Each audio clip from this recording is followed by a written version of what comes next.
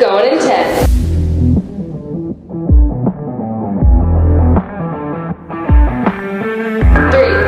2, 1, go. Kirstin, welcome to the Salty Hive Experience. Hello. Are you excited? I'm very excited. Also Good. nervous, but Everyone's always a little nervous, but they'll realize it's just a conversation. It ends up being pretty easy, hopefully. yeah, I think so. Okay, let's get into, we just want to know a little bit about your background. Who were you before you found CrossFit? Well, I grew up here in Utah, moved here when I was 9 from California, but I don't really remember that. And I grew up doing a lot of different things. I did dance and gymnastics, bowling. Dance was definitely my go-to. It was my favorite sport. And I did that all through, well, up until my second year of college.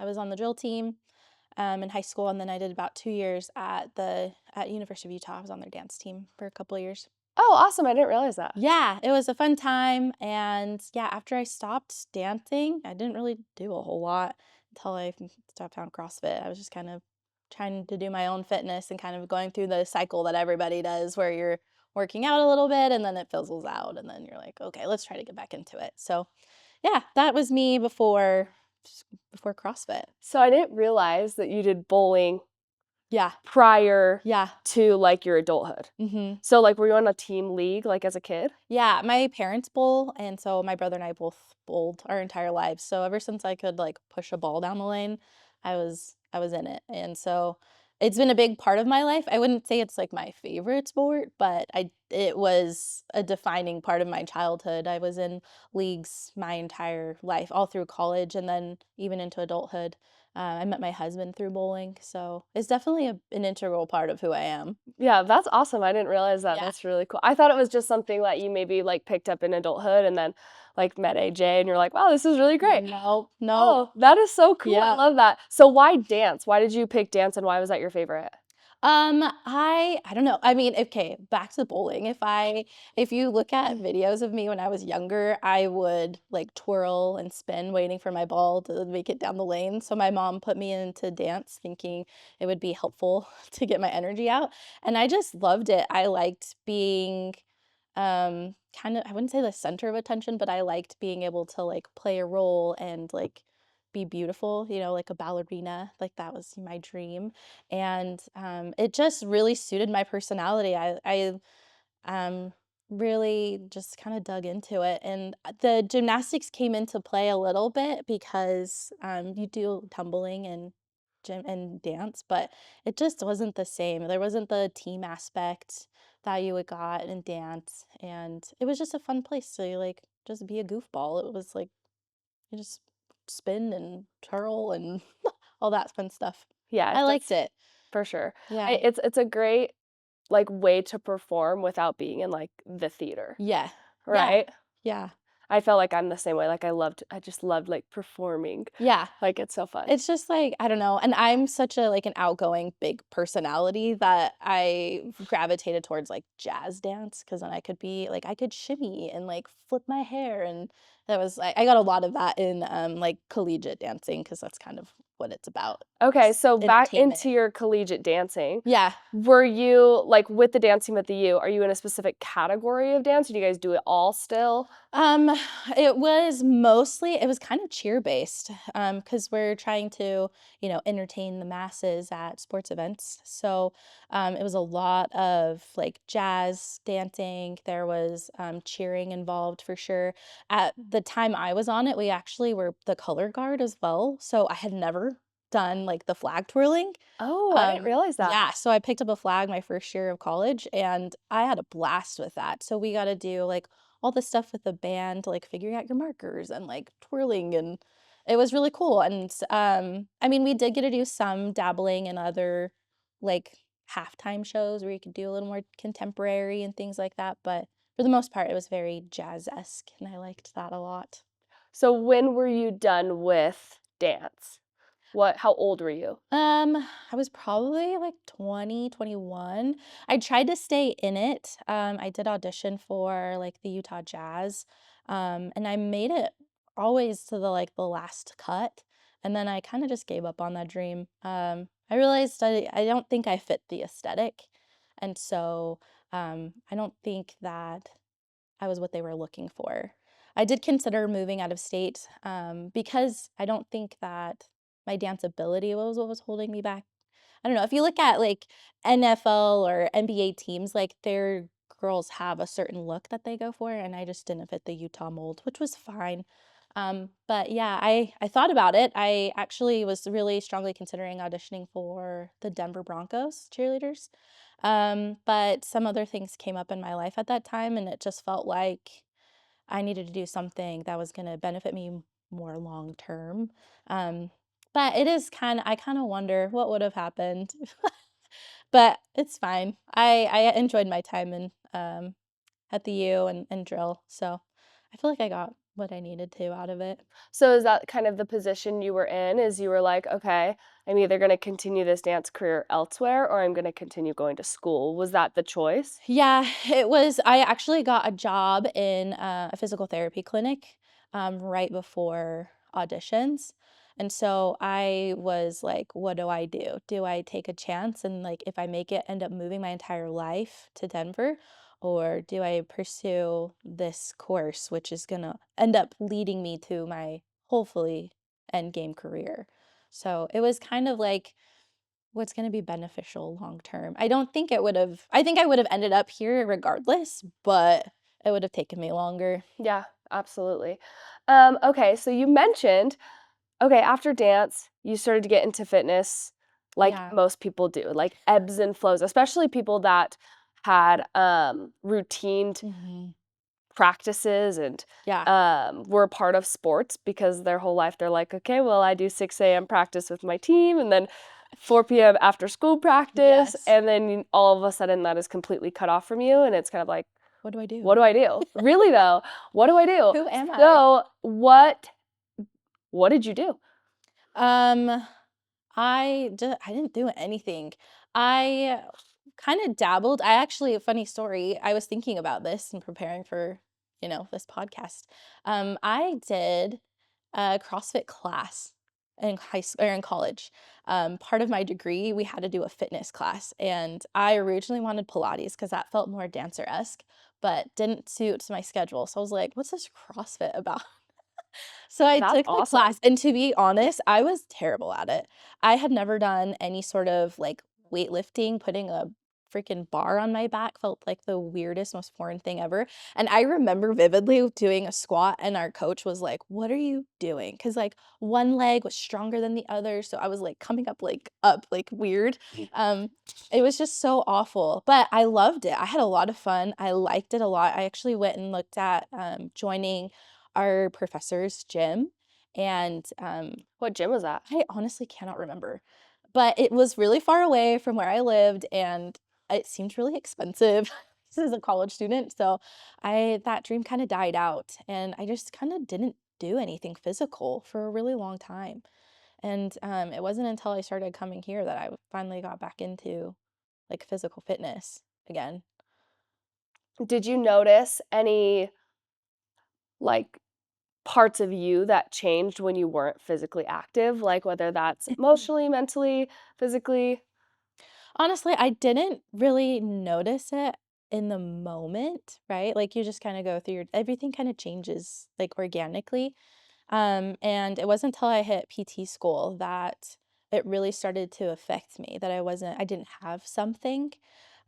So I yeah, I I remember that I hit kind of a rock bottom, like, mentally. It was towards the end of my first year of PT school. I was working full time while also doing grad school, and it was taking a toll on me, like, physically, mentally, emotionally, because I was just doing too much, like, I was a yes person. I there was, like, some high you would get when people are like, "I don't know how you do it all," and so, like, the feeling like, "I can't not do it all," right? Because then I'm For sure. failing. So, I was trying to do it all, and I was failing. I wasn't good at any aspect of my life. So, I realized that I wasn't well, and so I reached out to our counseling service through the U and, got in touch with a counselor, like a mental health therapist, And that was until the day she asked me, like, what are your hobbies? What do you like to do? But I was like, I don't have any. Like, what do you mean? I like the fact that I had to pause was like really horrifying because I always thought I was pretty active and busy. And then I was like, what do I like to do? So I took some time and thought about it, and I was like, when was the last time I liked what I did? Like, what did I enjoy? And I was like, what am I missing? And it was back to that aspect of like the camaraderie and like the consistency of exercise and like being with your friends. And so I was like, okay, how do I get that back? Like, where do I go from here? And like, I'd been kind of isolated because, COVID happened and I was started PT school in 2020. So, like, I was really excited to, like, meet new people and make new friends, and then we were stuck inside, like, doing virtual school, so, like, I didn't get that. So I was like, "Okay, what do I do?" And so I thought back again to a time when I had that camaraderie and that friendship, and I always was thinking of like 2 names popped up, and it was Megan and Samantha. So I grew up in Layton, went to Northridge High School, and Megan and Samantha were on the drill team with me, and we became really close. Like the 3 of us were like thick as thieves, especially like our senior year. And I actually ended up living with Megan my first year of college. Cool. So we were really tight, and I don't know what happened. Like nothing, there wasn't like a big to do or anything. We just kind of drifted apart when Megan and I weren't living together. We just weren't seeing each other consistently, and then we just kind of fizzled. And so I was like, I wonder like what they're doing, Like I wonder what they're up to. So I had been seeing them talk about Salty Hive online, like through social media, and I was like, that looks interesting. I wonder what that would be like. So I like cold called. I was like a message to Megan out of nowhere. I like can't tell you the time before that I had talked to her. So it'd probably been years when I was like, hey, so I see this CrossFit thing that you and Samantha are doing. Like, what's that about? And she was like, you should come. Like, immediately responded and was like, you need to come. You're gonna love it. It's gonna be awesome. Like, come on Saturday. I'll be there and we can do the partner workout together. And I was like, okay, I love that. I guess I'm doing CrossFit now. So and then of course there's that initial intimidation that people feel when they think of CrossFit, like it's too hard, I'm not gonna be able to do it, blah, blah, blah. But Megan was like, no, it's fine. We'll meet you where you're at. It's gonna be great. So I came in on a Saturday with Megan, and I just remember feeling obviously a little intimidated because I don't know anybody, but she like immediately introduced me. I know I met JD like my first day here, and Fern I think was also another person I met, and we did the workout and it was awesome. I was like, this is it. Like I can see that everybody's like talking shit on each other, but they're also hyping each other up. Like this is the environment I want to be in, and it was awesome. I was so sore, but I was like, this is great. So I didn't immediately sign up because I had to think about it, right? Uh-huh. But a couple months later, I signed up, and it's been Salty Hive ever since. That's so cool. You knew the 2 most perfect people I know. to get you in the door. Megan's like, know. I'll come pick you up. I'll like, let's do this thing. Like, that's so It's awesome. so funny too because like part of it, like it was like a twofold, like I wanted to get fit, I wanted to do some sort of exercise, but like I really wanted to get back in their orbit again because they're just such genuine people that I was like, I need them back in my life. That was like the last time I'd had like true friendship, and I was like, okay, how do I get this back?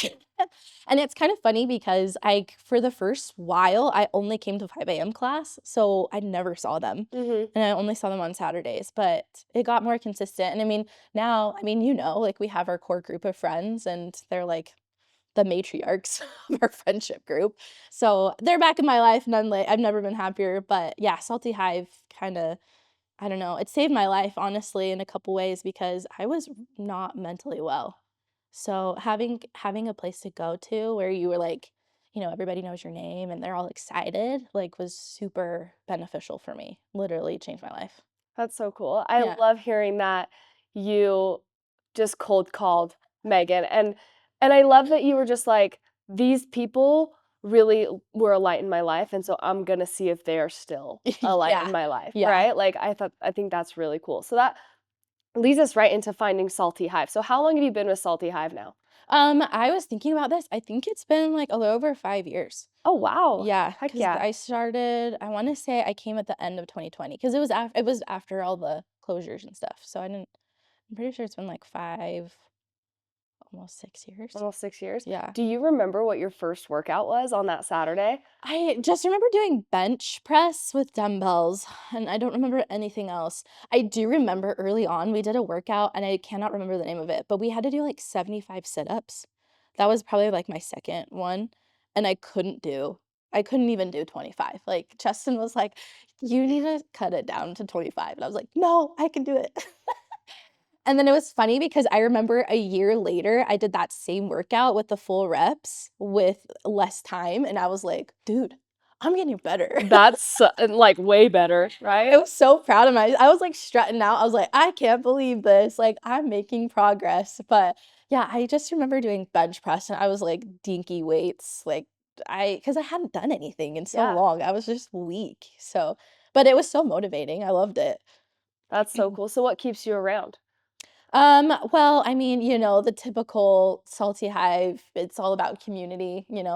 That's really what keeps you coming is you just want to see your friends. Like I love now that you can like reserve on the app and like see who's coming. So you're like, oh my gosh, Carrie's gonna be there and Kelly's gonna be there. Oh, Liv's coaching. Like I can't wait to see everybody. And it's so fun. And you just come and you work out with your friends. And it's literally like a high school drill all over again, where you just come and do your favorite things with your favorite people.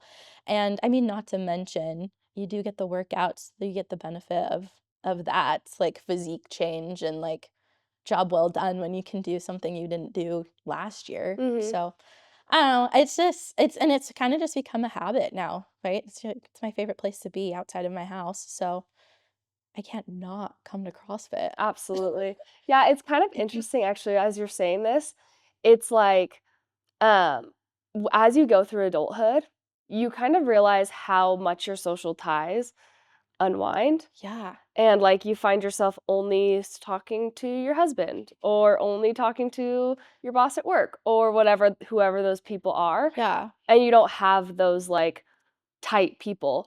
And like having something like this through Yeah. adulthood, it's like, oh, I get to go like hang out with my friends like daily. Yeah. How cool is that? So Yeah. that is really cool. You've gone through a lot Yeah. being in this gym. You've gone through having a baby. Mhm. Um, we have so many new moms in Yes. here, It's exciting. whether pregnant or just barely having their baby or trying to get pregnant, kind of all of we have the Yeah. whole realm. So give us some tips and tricks. How did you continue to do CrossFit while pregnant? How do you do it now as a mom? How did you do it right away, like after you became a mom? I don't know, the consistency of it all was helpful with my pregnancy. I was really fortunate, that had a pretty, like, non-symptomatic pregnancy.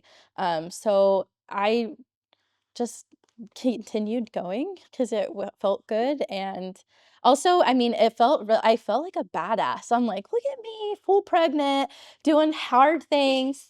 The funny Heck thing yeah. is I found out I was pregnant the week that the open started. And Megan was one of the first people I told I was pregnant. I actually went to her house and she was so funny. She was like, are you getting divorced? And I was like, no, absolutely not. She's like, okay, then you're pregnant. And I was like, okay, well, we can take the You're like, well, surprise that out wasn't of even it. fun. She's like, what do you need? And I was like, I'm just stressed out. Like, how do I work out? I'm pregnant. And she's like, because she has done it. And she was like, girl, you've been doing this so long, you don't need to worry about anything. And I was like, okay, but I was still stressed. But like, I mean, I hit a 95-pound thruster twice. I'd never done that before. And I was like 6 weeks pregnant during the open workouts. And I was like, man, I'm so cool. I'm so badass. So I love it that. was just that mentality of like, you're building life, you're working out, you're doing this for you. Like, this is amazing. And knowing like the benefits of like, well, for my daughter, for one thing, and then like post-op or post-pregnancy recovery, it's just so much better if you stay active. But I wouldn't say that working out during pregnancy was difficult for me. It was just a habit and it felt good. Um, I mean, I worked out up until the day before we went to the hospital for my induction, which was hilarious because my husband came to the workout. It was the Halloween workout. Oh, And I was like running circles, like 39 weeks pregnant. And I was like checking in on him because he doesn't do CrossFit. He does lifting, but he doesn't CrossFit. And I was like, are you doing okay? Are you all right? I'm like this. You're like about to I'm have a baby. huge. So it was just kind of funny. But after pregnancy, I definitely struggled not being able to come to the gym because it was such an integral part of my life.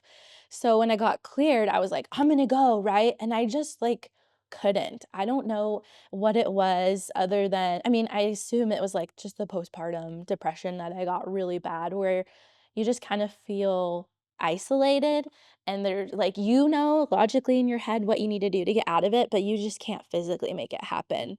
So I just really had a hard time after the baby. And then like feeling like I couldn't come to the workouts because I had her with me, and like I couldn't enjoy the workouts because I had her with me, and it just kind of became a struggle, and I'm still struggling with it because I just have a hard time inconveniencing my daughter's sleep schedule or this, that, and the other to make it in. So I'm still working on it postpartum. So I don't know. Hopefully things will get easier on that front. But like I think it's just like tips and tricks. I mean, I would just say keep moving. It's definitely beneficial. I know like you're not going to be able to do the things that you were able to do. And that was probably the hardest thing for me physically when I was pregnant, was like not being able to do certain things because you're just physically not able to. So, just recognizing like this is a phase, this is the time of life you're in, and any movement you do is going to be beneficial. So, not being too hard on yourself when you can't do a muscle up when you're 9 months pregnant. Right, absolutely. You mentioned going through some postpartum depression. I know that you were pretty open about that Yeah. via like Instagram and stuff like that. So I hope you don't mind me asking. No. Maybe we can just move on from it. But I feel like that's something that moms go through. I mean, I don't know. I don't have any kids, but moms go through, but it's not really talked about a whole lot. Yeah. What did you experience, and how were you able to get through it? You did mention you're still Yeah. somewhat in it, but Yeah. give us a little bit about that. Well, it was really fascinating to me because I was doing really well. I had my baby and I had a pretty unremarkable pregnancy. My delivery was amazing. And I was like, I thought I had made it out, alive, so to speak. And it wasn't until I think I was like 4 weeks postpartum that I noticed there was like a shift. Like immediately, like from one day to the next, I was like on a high, and then I was immediately like not okay, where I don't know, I never had any of like the scary like I want to harm my child, but I just felt like I wasn't doing enough, that I wasn't a good mom. There was a lot of like really negative thoughts going through my own head, where I almost like I kept telling my husband like, you're better off without me. I wasn't to the point where I wanted to like end it all, but I felt like I just needed to pack my bags and get out because I was just bringing down the energy and like being like a suck on everything. So I just kind of had like, I was isolating myself a lot. Like I didn't want to talk to anybody because I was like, nobody wants to talk to this person. And luckily, I had enough, um, I don't know, cognitive awareness of my situation that I got in touch with a counselor. Like I found another therapist that specialized in postpartum, and we just kind of talked a lot, and like, because it's just like such a mind shift. Like your whole life completely changes, and you know that, but you don't know that until you Right. live it. So I think for me, a lot of the struggle was like the change from being an independent person where I can do whatever I want whenever I want, to now being at the beck and call of a tiny human and not knowing what the day's gonna look like, what the night's gonna look like, having zero control over anything. And then of course you're like on social media constantly wondering, am I doing this right? Like, what else should I be doing? And then there's all these people on there to talk about like the schedule. You need to get your kid on a schedule and blah, blah, blah. And honestly, it wasn't until I talked to the therapist, stopped looking at social media, and then said, fuck it to the schedule. Like, you know your daughter. What are her cues telling you? Does she need to go to bed at 10 a.m. for a nap? Or is it 8:30? Like, so it wasn't until then that I started thinking like, okay, I'm doing better. I started coming back to the gym. That helped a lot. And then getting back to work was actually kind of life-changing as well, because I felt like I had purpose outside of motherhood, which sounds terrible, but was really important for me to be able to, I don't know, serve myself in a different way, like getting back to something that was comfortable, that I was confident in, and then just getting my own private space where I felt like I was contributing to the household, to the society, to there was just a lot of different things, but it really came down to a lot of really negative self-talk. I would talk to my husband a lot and my therapist about how it felt like I had there was like the old me trapped in my head, and then there was like this evil version of myself that was just constantly nagging and saying like all the horrible things you think about. And it wasn't until like I started doing some like visual work where I'm like, what does this person look like? And I literally like mentally locking her away Mhm. that I was like, okay, I can breathe again. I don't have this person in my head anymore. And she comes around every once in a while, but I feel like I've done a lot of mental work to try to be able to control the negative spiral.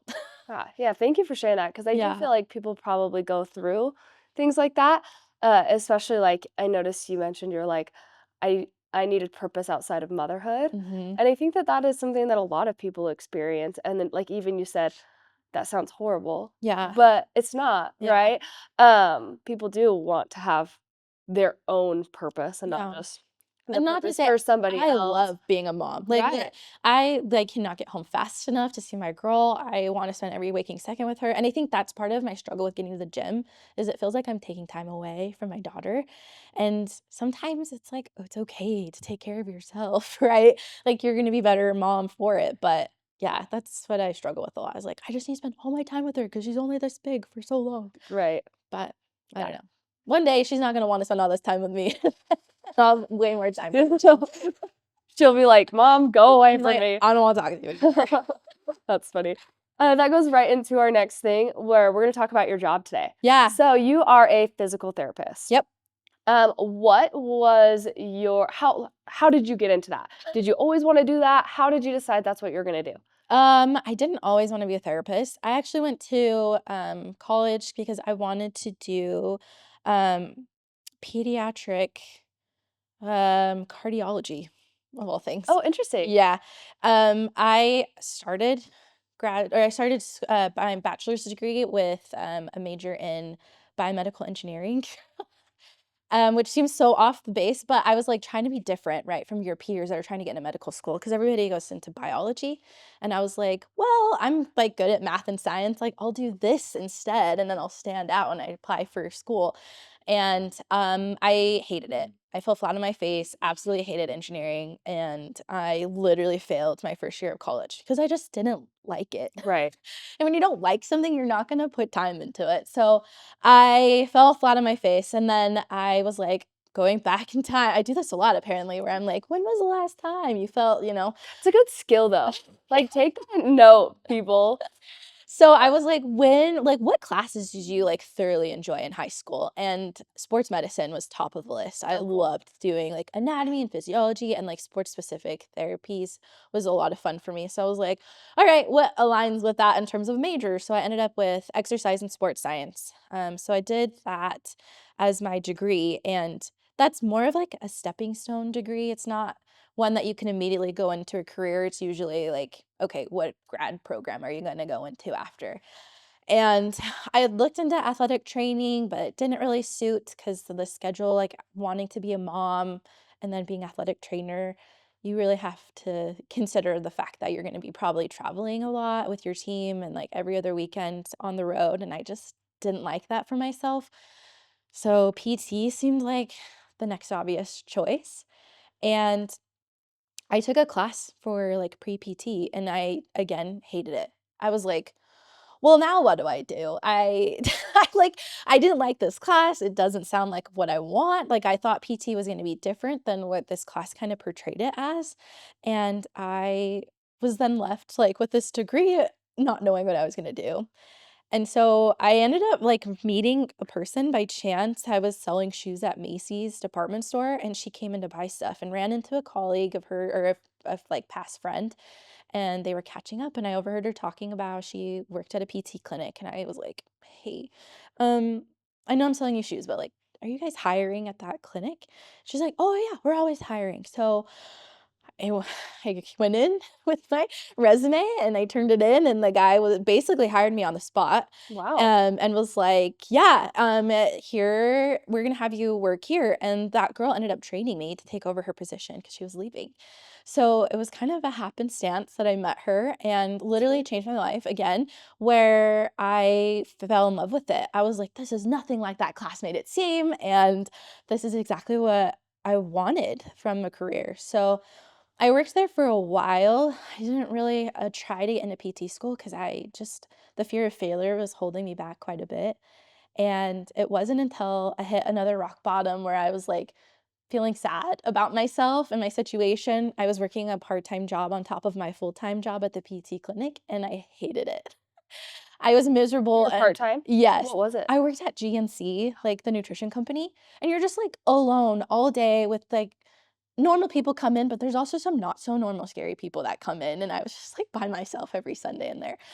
And I was just like feeling really sorry for myself, and I finally had a moment. I was like literally said out loud to myself like, what the fuck are you doing with your life? What are you doing? Like, you can do so much better than this. So I literally, I was at a shift at GNC, and I came home that night, and my husband was like, who is this person? Because I was like, okay, here's what I'm doing. I'm applying for PT school like this year. And he was like, what happened while you were gone? And I had this whole plan laid out. While I was there at my shift, just helping because nobody was there, I had like checked out like what the requirements were for PT school. I called my mom because I was like, Mom, I need help with tuition. Can you loan me some money? Because I need to take these classes. And she's like, sure. Like, yeah, okay. She's And like, what's so, happening? yeah, I had to take a couple prerequisites. I was like, I had signed up for the GRE. I'm like, I already got the study material, and the application opens up in July, due in October. Like October 1st, I'm applying for PT school. And my husband was like, okay, that sounds like a plan. Like, what do we have to do? So that was like in April. So I didn't have a lot of time. I think I had to take like 2 or 3 classes before. It was wild. So I applied. I didn't get in. I was devastated, but it was actually really good because it gave me an in to talk to an advisor and find out like what's missing. Is it my grades? Do I need to take more classes? Like, what do I need to do? And she was literally like, you just need more experience. Like, you need to go out and see other clinics besides the one you work at. And I was like, that's fair. So for the next year, every weekend was devoted to either volunteer work to like beef up my resume or shadowing. And it was so cool because I'd only ever experienced like outpatient PT. When people think of physical therapy, they think of outpatient orthopedics. But there's What is so more. outpatient It's like orthopedic? the normal when you have like, like I got back pain or I had knee surgery, like you go to outpatient orthopedics and we fix you. So it's kind of the run of the mill. It's what everyone thinks of. We give you exercises, we do manual therapies. But there's so much more to PT. So with my experience before PT school, I did time at a skilled nursing facility, which is kind of an in between. If you've had a procedure, sometimes you can't go immediately home. So they put you in a skilled nursing facility. So you have you have medical professions there, and then they have therapies there as well. And then you go home. And then so that was a cool one. I did cardiovascular ICU. That was wild. Working on somebody who was on like an echo machine that's literally keeping them alive. Doing therapy with them was an insane experience. Also, what other ones did I do? I did like a neuro clinic. So people with like Parkinson's, MS, post-stroke, working with those kinds of patients. And then the burn unit, that one was wild. Wow. That was horrific. Doing a lot of wound care and just seeing some crazy things. So it was really cool because it just made me more excited about PT. Like, oh, I know this fast and I really like it, but like, look at all these other things I could do. Right. So yeah, I applied again and got in, and I went through PT school, and then I graduated and went right into an orthopedic residency at the same clinic I actually worked at before. Is this the hand and ortho. So you started there and then you also did your Yep. other Yeah. That's where residency my there. first job was Okay. in PT. So I worked there as an aide, and then I went back after PT school and did their residency program. And then I stayed on staff there for another year or so. And then I just recently got a job, kind of my dream job actually, at the University of Utah. So I'm working in their South Jordan clinic, and it's kind of a funny full circle moment because my boss now was actually my very first clinical instructor. And we have kind of a funny history where like he came into Dick's Sporting Goods when I was working there, and he had on like a splint, and I was like, "Oh, hey, I'm in PT school." Like, and he's like, "Oh, I'm a PT." And this was before I like knew that he was my clinical instructor. So we Crazy. found out while I was checking him out that he was going to be my clinical instructor. He was like, "Wait, are you?" And I was like, "Are you?" And he was like, "Yeah, I'm going to be your CI." And I was like, "What?" That is crazy. What a small world. So now he's my boss. He interviewed me for this job, and I was like, "This is crazy." I loved my experience there, and I was like, "This would be so cool to come back." And here we are. That is so fun. Yeah, so I'm an orthopedic specialist now. I got lots of letters behind my name, but it's never going to be enough. There's always more to learn. Yeah, absolutely. Is that what you wanted to be as an orthopedic specialist, even after all, like experiencing all the other facets? No, I actually started PT school with the intent of doing hand therapy. I worked for a hand therapist for like 5 years, Mm-hmm. and I thought it was super cool. They get to do wound care, they get to make splints, and people just don't think about hand therapy at all. Right. I had no idea it existed till I worked there. Um, and it was really cool. But and they actually offered me a mentorship at Hand and Ortho to do hand therapy, but it was just a little too niche, and I still felt too green to, like, go into something so niche. So I was like, orthopedics is kinda good. It's still a specialty, but it's, like, a little more broad, in terms of, like, the whole rest of the body, and then I was like, eventually I could get into hand therapy, but now that I'm in it, I don't see myself changing that. I really do love what I do. And there was a point in time during my neuro rotation that I thought I could do this. I was just trying to get through, like, my mentality going into was like just survive this rotation. And then I was a blubbering idiot on my way out because I didn't want to leave. I was like, "Thank you so much for having me here." Like, I didn't want to leave. I was so sad. And I was like, I honestly, for real, I kept checking to see if that particular place, NeuroWorks, shout out to them, was hiring. Because I was like, if they're hiring, I want in. But it's fine. We're fine. Uh, just spilled my water. But yeah, I found my niche, and I'm sticking with it. I really like orthopedics. Good. So what is physical therapy? Oh, gall. Oh, What golly. what do I do?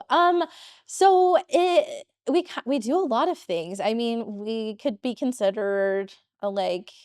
I mean, I guess if you want to, I will wear a lot of hats as a physical therapist. I always joke like I'm a mental health therapist, right? I do like medical examinations to determine people's deficits.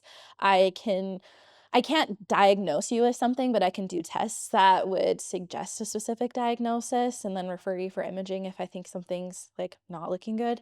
Um, I mean, I do train, like I set up training programs, like exercise programs. So, I always like, personal trainer hat sort of, but a little bit more advanced than that.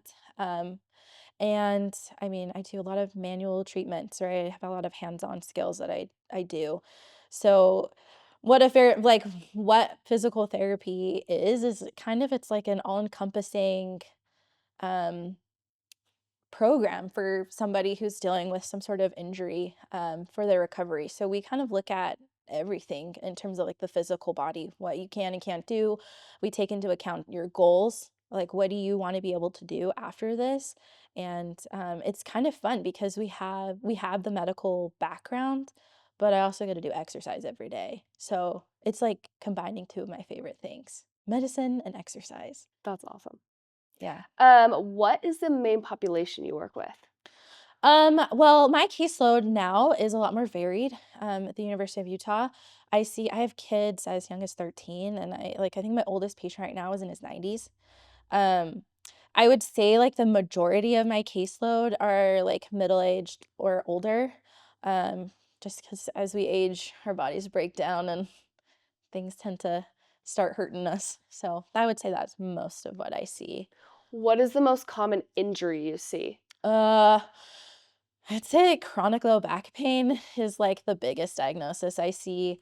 Um, it's one of the hardest things to treat because it's a chronic condition. People want quick fixes, but if you've been dealing with back pain for 20 years, we're not going to we're not going to fix you in 6 visits. Hmm. And it takes a lot of effort on the patient's point, to be able to improve. And that's it's hard, because PT is such a teamwork, me and you, that I really like you have to buy into it and participate to get better.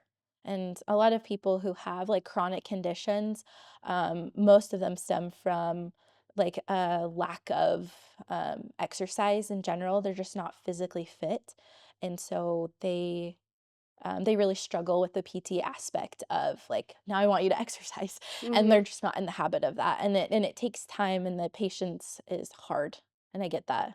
I see it every day.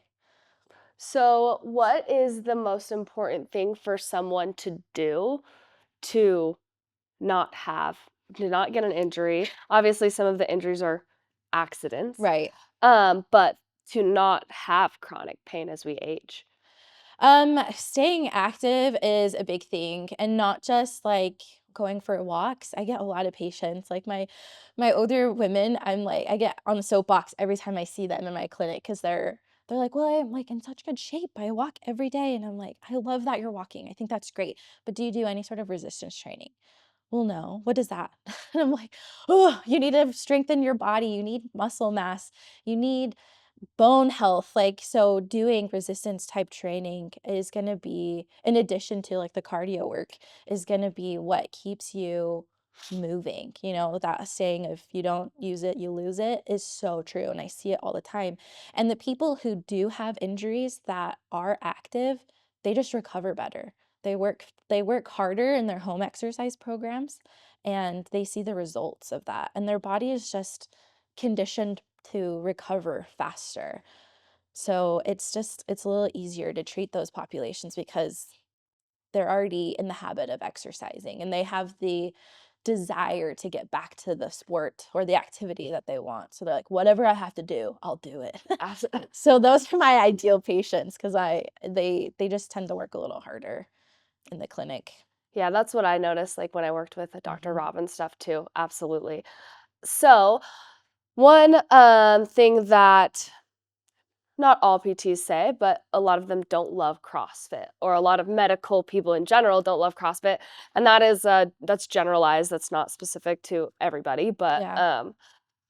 obviously, you feel differently. So, how can CrossFit and PT come together and work together?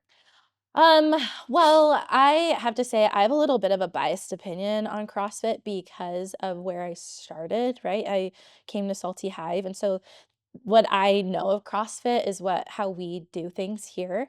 And I've learned through conversations with other people that we just do things differently here.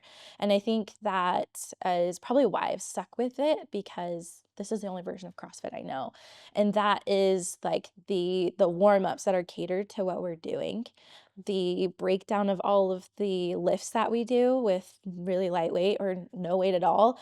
And it's just funny to me because I'm always wondering if anybody in here is like upset with the fact that we're doing this with an empty barbell or PVC pipe, because they've like, I've been doing CrossFit for ever long, like if we had some guy who's been doing CrossFit for 15 years but not here, like how would he come into that and be like, I already know how to do all this? But like, we don't do that here. We make sure that we're doing the lifts properly and the technique is there. You guys are here to accommodate injuries, and you do a really good job of that. And I think that is how it should be in every kind of group fitness class. And in terms of like PT, for me, I mean it's true with any sport. I need to know like what the requirements are. So if somebody comes in with an injury from CrossFit, I'm not going to sit there and berate them saying like, well, you shouldn't have been doing CrossFit. CrossFit's like any other sport. There's always a risk of injury. It doesn't matter what the sport is. So I just need to know what forces I need to be able to apply, like what forces I need to apply to your body and what your goals are to get you back to what you want to do. And like our clinic has like a squat rack. So I can load up as much weight as I want on you, as long as we're doing it safely, obviously. But it's kind of nice. My last clinic didn't have a squat rack, so I'm like, oh, if I have a high level CrossFitter, like where am I supposed to load them? Mhm. So there's a lot that goes into like our relationship, but I don't think that um belittling CrossFit is the way to do it. It's like again, it's like any sport. If you do it long enough, you're probably going to get injured at some Yeah, point. any physical activity, Yeah. right? There's a risk of injury. There's a risk Yeah. of 80-year-old walking down the street and tripping Yeah. and falling. So Yes. there's risk for everything. So uh someone sees you for PT and they come to CrossFit the next day. What can we do as coaches to make sure that this person is being safe, being effective, following what you're saying, right? Like so that we can help them heal, but also still allow them to come to the gym and do what they love. Yeah, I think that it really just comes down to respecting their injury. I think you guys do a really good job of understanding like what is provoking your pain and how can we get the muscles in the area to work, but still be safe. And so I think you guys do a great job of that. You guys are always constantly, if you guys have injury, like let's see what we can do. And like for me especially, like you guys have accommodated me throughout my pregnancy, so like you guys have all kinds of stuff up your sleeves here. So just, I mean, it's just so funny because you're asking me all these questions, but you're like, you guys already do it all. You guys already ask the correct questions. You accommodate for their needs, avoiding pain and injury. And so there's no notes to give for Salty Hive because you guys are doing it all right.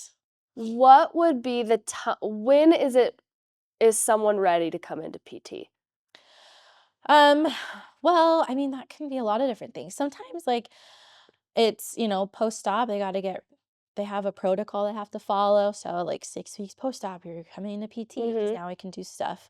I mean, honestly, if you're having a nagging injury and it's been going on for like a month or so, like PT could probably help with that. There's probably something that we can do. The longer you wait, the harder it's going to be to recover. So, just take that in mind when you are considering PT. If it's something you're thinking about on a daily basis, it's time to go see somebody about it.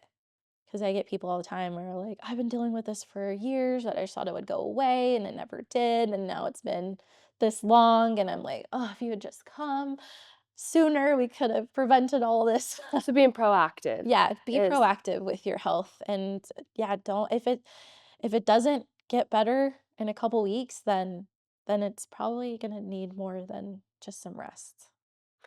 What, if anything, have you learned from like being here that you can incorporate in like a physical therapy setting, if anything? Well, there's a lot of exercises I've taken with me, Okay.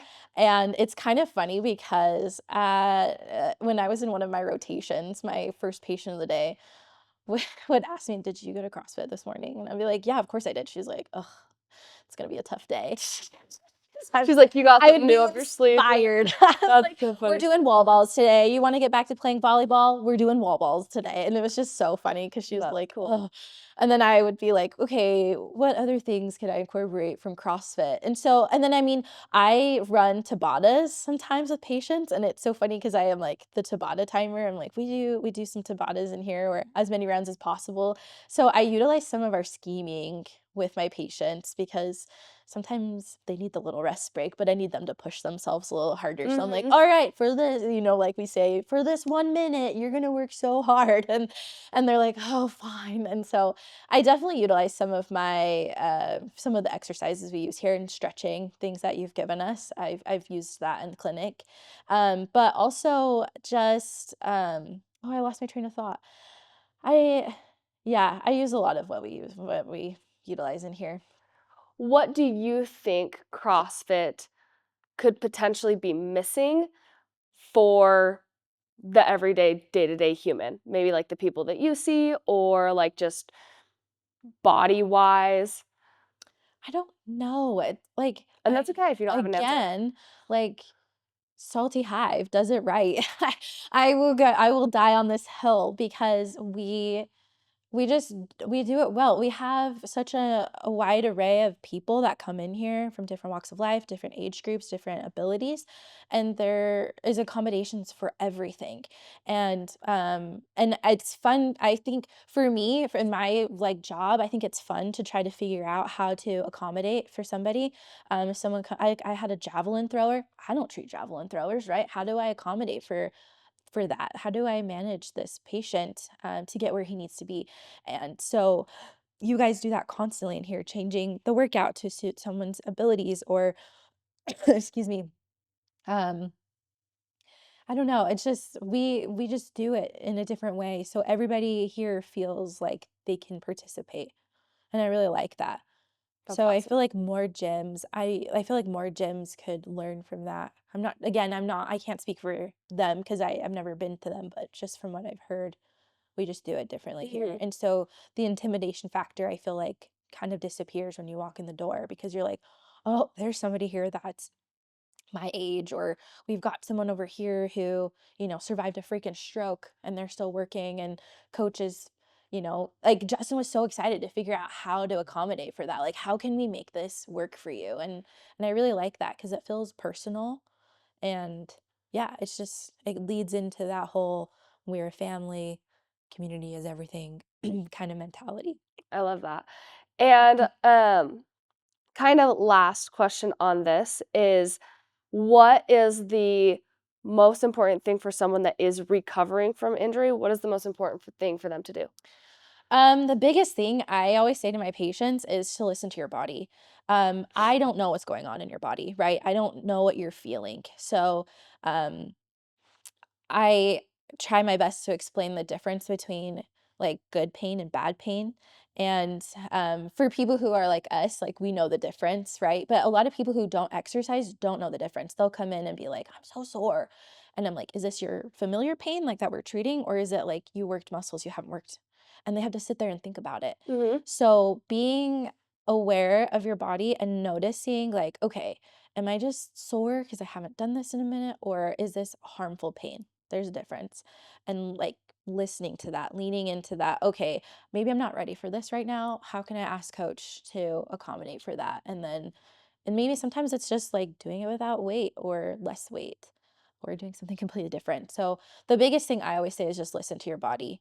So when I like even like prescribing exercise, sometimes I'm like give them like a rep scheme that has some variability because I'm like maybe one day you're feeling really good and you can do 12 reps, and then maybe one day you're like I don't I don't know what's going on. I can do 8.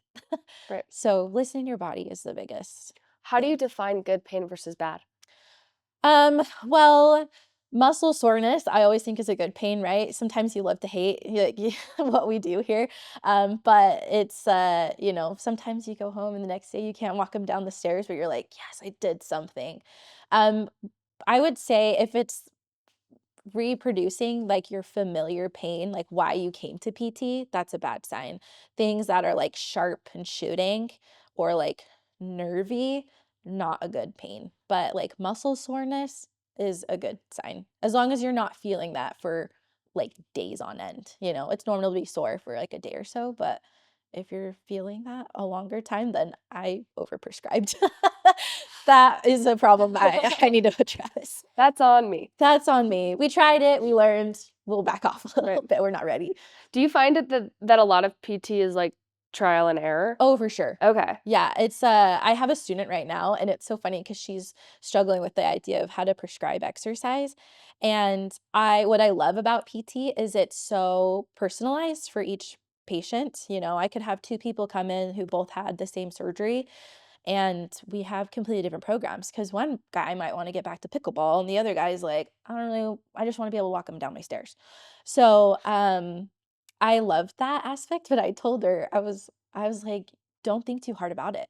Like, what are their goals? What are their deficits? Like, how can you accommodate for that? And what you choose and what I choose might be completely different things, but we have the same goal and they'll get where they need to be. So I love that. And it's fun to figure out what might resonate with one patient versus another, and kind of, yeah, cater to them. I love it. Yeah, that is cool. I feel like there's like, it's so important to know there's not an answer for everybody, and it's not the same. Yeah. Everyone's so individualized. Yeah. So how can me, the CrossFit coach, and you, the PT, and our populations, how can we get people to exercise more?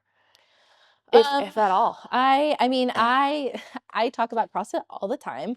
And I talk us up a lot. So, I think it's just doing like inviting your friends. Like come try it out. I promise it's not as scary as you think it is.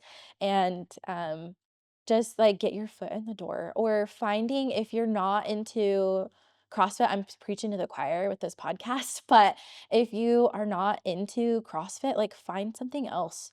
Start something small. Like even I know like harp on like going for walks, but if that is what your exercise is, then do it. It's a good start. That's a great At least start. you're moving. Yes. But like finding something that you enjoy, like find a YouTube thing that you can watch in the comfort of your own home if you're too intimidated by group classes, or finding a group fitness class, or finding a friend that can hold you accountable and will call you and be like, dude, where are you? We're supposed to be doing XYZ today. Like get your butt out of bed. But yeah, and I think for us as CrossFitters, just like promoting what we do and how beneficial it has been for us, because it's more than exercise here. It's a lot, there's so much more to what Salty Hive means that they'll get more out of it than like the physical fitness. Yeah, love that. And it's all, I was like gonna say, like, it's also like, think back to a time when you were doing something physical and you loved it. Think of how good you felt when you were doing your sport. Yeah, and then try to replicate that. Go back to the people How that made can you we feel that have way. feeling again. Hopefully they do CrossFit. Just kidding. No, but really though. Really though. Yeah, and like you said, like, be the Megan. Yeah. Be the Megan that's like, Yeah. we'll be partners. It'll be so chill. We're Yeah. gonna have so much fun. Like, because that makes people like, okay, like that would ease my nerves. Yeah. If my friend was like, we're gonna be totally fine, like, let's do this. Yeah. Like, so if you do invite somebody, make sure that they're feeling Hype them yeah, up. hype them up, get them excited, make them realize that it's not as scary as it No, could be. it's not. And I get it. I had that also intimidation factor, but yeah, I'm so glad I did it. You will never regret exercise. Really though. Sincerely. I was listening to this podcast that was so interesting to me because I never thought of it this way, but it was like exercise is the one thing you cannot get in a pill form. No, really though. And I was like, that is so interesting because like obviously nutrition, like sound nutrition is extremely important. Right. But like there is no way to replicate exercise but exercise. Yeah. And that's so interesting to me. And it just has so many benefits. There's no downside to exercising because it just, it helps with your mental health, and it helps with your physical health. And it's insane the benefit of it. And I see it every day. Like I say this constantly where I see the difference in what physical fitness can do for somebody. And I'm like, I worked with a lot of like really old 50-year-olds. Okay. They don't take care of themselves. They are not well. And then I'll get like, I had a 70-year-old man the other day who was crushing it. And he's like, yeah, I played pickleball. I had like 6 games the other day. And like, I love that. I had 2 visits with that man. I don't need to see him again.